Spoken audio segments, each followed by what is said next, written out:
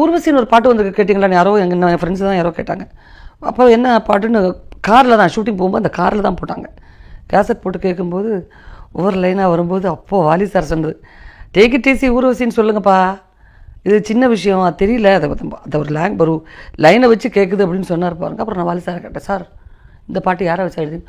உன்னை வச்சு தான் எழுதினேன், அது பாரு நீ மொத்தத்தை கேட்டு பாரு, அது ஊசி போல் உடம்பு இருந்தால் நீ வந்து ஊதி போகிறேன்னு எனக்கு தெரியுது, அதுவும் நான் அதில் போட்டிருக்கேன் பாரு. வாணியாக போட்டிருக்கேன் டேக் இட் ஈஸி ஊர்வசின்னு இப்போவும் பல இடங்களில் சொல்கிறது உண்டா? என்கிட்ட வாலி சார் தான் சொன்னார், அந்த சாங் எனக்காக தான் எழுதுனதுன்னு நான் நினைக்கிறேன். இல்லை அப்படி தான். ஏன்னா மகளிர் மட்டும் படத்தில் கறவை மாடு 3ன்னு ஒரு பாட்டு இருக்குது. அந்த சாங் ஷூட் பண்ணும்போது அப்போ தான் நாங்கள் பாட்டு கேட்குறோம். ஈசிஆரில் ஒரு வீட்டில் ஷூட் பண்ணாங்க. ஃபஸ்ட்டு போய் அந்த பாட்டு போட்டு காமிச்சிட்டு கறவை மாடு 3 காளை மாடு 1ன்னு ஆரம்பிச்சோன்னே நான் சொன்னேன், ரேவதி இது என்னது இந்த மாதிரி வார்த்தை யூஸ் பண்ணியிருக்காங்க, அது எப்படி நாமளே லிப் மூமெண்ட் கொடுத்து அக்செப்ட் பண்ணிவிட்டு கறவை மாடுன்னு சொல்கிறோம், ஐயே நல்லா இல்லை, நான் அதை பாட மாட்டேன் அப்படின்ட்டேன். Very strong. ஸ்ட்ராங்குன்னா அப்போ நமக்கு அந்த அளவுக்கு தான் மெச்சூரிட்டி. உடனே அது டைரக்டர்கிட்ட போய் கன்வே பண்ணோம் சங்கீதம் சாருக்கு. சார் என்ன சார் அது? அவர் basically is a Telugu person, but நல்லா இங்கே இருந்து நல்லா தமிழ் பேசுவார். மைக்கேல் மதன் காமராஜன் அவர் தான் பண்ணியிருக்காரு. ஸோ அவருடைய கன்னடா ஃபிலிம் நான் பண்ணியிருக்கேன்.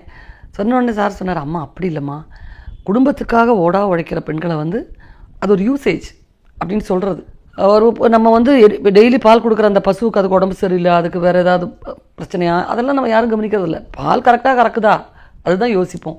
ஸோ அதனால தான் அந்த மாதிரி பெண்களும் பார்க்குறாங்கன்றது அம்மா அப்படின்னு நான் சொன்னேன். இல்லை அதை எப்படி நாங்களே பாடுறது, வேறு யாராவது வந்து பாவம் அந்த பொண்ணு கறவை மாடி மாதிரி வேலை செய்யுதுன்னு சொன்னால் பரவாயில்ல அப்படின்னு.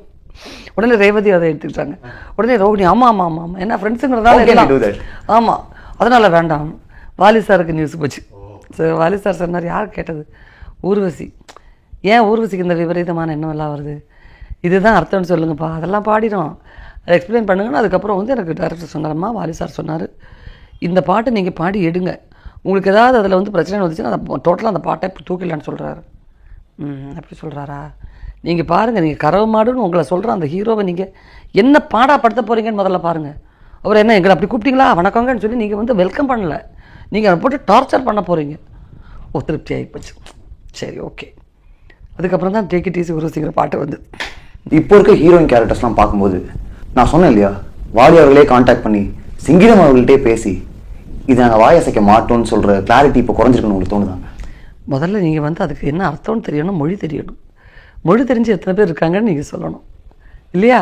கோன்னா என்ன, ஆனா என்னன்னாவது நம்ம இப்போ கேட்கலாம், பரவாயில்ல, அதெல்லாம் கொஞ்சம் ஒரு லிட்ரரி லாங்குவேஜ்னு. இது இங்கே வந்து அதெல்லாம் மற்ற குழம்புன்னா என்னென்னு, காரக்குழம்புன்னா எத்தனை என்ன ஒன்றெல்லாம் கேட்கக்கூடிய அளவுக்கு குறையா சொல்லலைன்னாலும் ஒரு லாங்குவேஜ் நம்ம போய் ஆக்ட் பண்ணும்போது நம்ம பணத்தை வாங்கிட்டு போய் நடிக்கிறோம். அதில் நடிக்கும்போது அட்லீஸ்ட் நம்ம பேசுறதுனுடைய அர்த்தம் என்னென்னாவது கேட்டு தெரிஞ்சுக்கிறதுக்கான ஒரு முயற்சியாவது எடுக்கணும். அது ஒரு மினிமம் மரியாதை, அந்த மொழிக்கு கொடுக்குற மரியாதை, நம்ம அதுக்கான பெற்றுக்கொண்ட பணத்துக்கு கொடுக்குற ஒரு மரியாதை.